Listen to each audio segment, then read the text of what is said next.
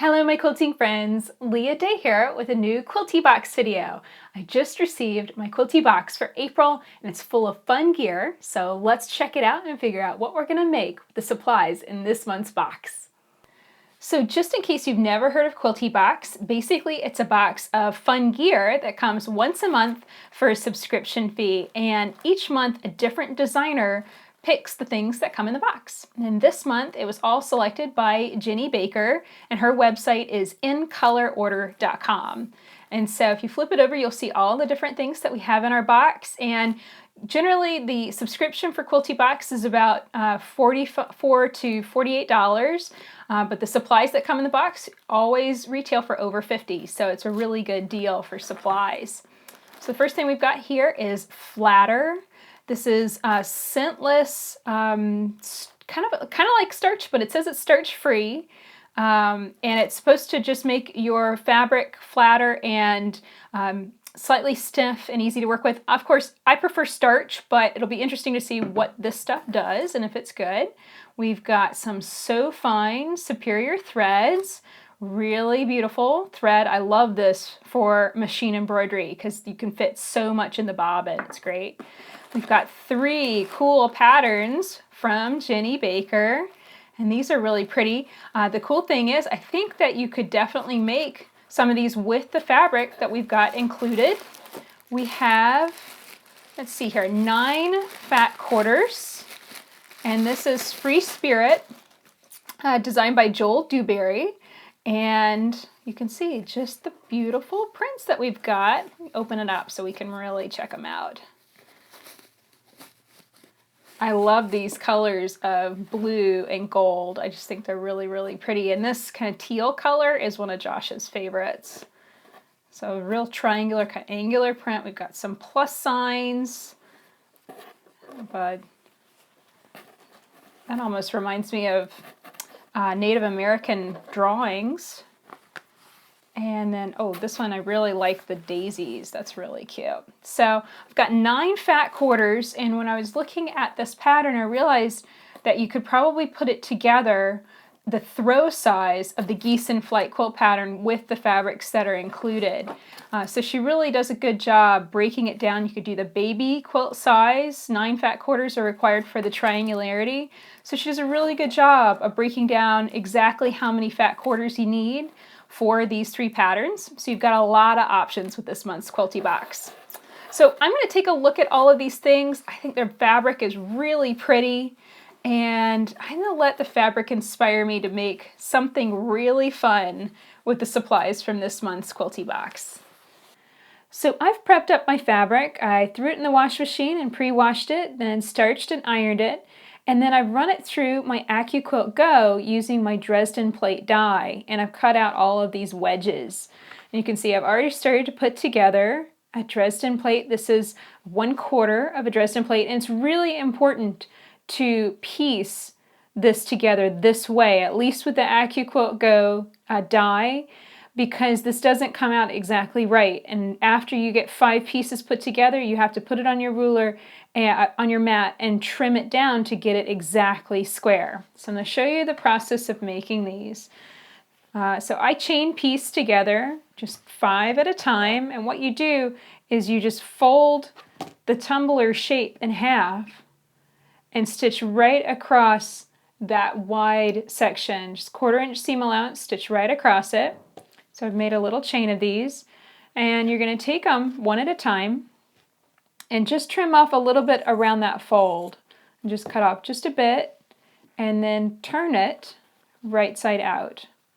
And you might need a little pointy something to get this to come out just exactly right. I'm just using the end of my brush for my machine, and it creates a beautiful point. And I found that it was the best way to do this and make sure that it ended up nice and accurate was to go ahead and fold the whole shape in half and give it a little finger crease so that way you knew where the midpoint was. Then open up that seam and finger crease that too. Kind of a lot of little fiddly steps with these, but I found once I started chain piecing them together and kind of batching everything, doing everything in one step at a time, it really did go quickly. Okay, and so I take that seam that I've stitched, I've kind of finger press open that seam, and I line it up with the fold line I've creased down the middle of that tumbler shape, of that petal shape. So that way I know that seam is lining up right in the center. I'm not going to end up with kind of an off-center point, something like that. That would look really wonky. Okay, once you get it in position, just give it a good press. Okay, so do that with all of your shapes to create 5 petal shapes to work on 1/4. And then once you get these put together, it's really simple piecing. You literally just match them up, match up those corners, match up those edges, and then piece. I like to piece from this top edge down with a nice 1/4 inch seam allowance. Okay, once you get 5 put together, you really need to put this on your mat and cut it down square. So I'm going to line up my ruler, making sure that that diagonal line on the ruler is running right through the diagonal of my 1/4 Dresden plate. And I want you to see just how far off this is, how much I'm going to have to cut off from both edges in order to get this to become a 90-degree shape. And this was, fluctuated quite a bit. I ran a few test samples when I was playing with this die. I was attached to the idea of a Dresden plate this month. That was just what I was in the mood to work on. But when I got started, I realized it was hard to cut these shapes out quickly. So I really wanted to use the AccuQuilt die, but dealing with, the slight inconsistency of the die was challenging. Now, you might have noticed that I just had a pretty bad cut there. I did just cut off the tip of my finger really badly, and the reason was I was being lazy and not repositioning my ruler, and that is something that's really important. This is an action safety tip here. Once you get one side lined up, you need to rotate it around and get it all lined up again, and go on ahead and make your cut the opposite angle. So that way you don't do what I just did.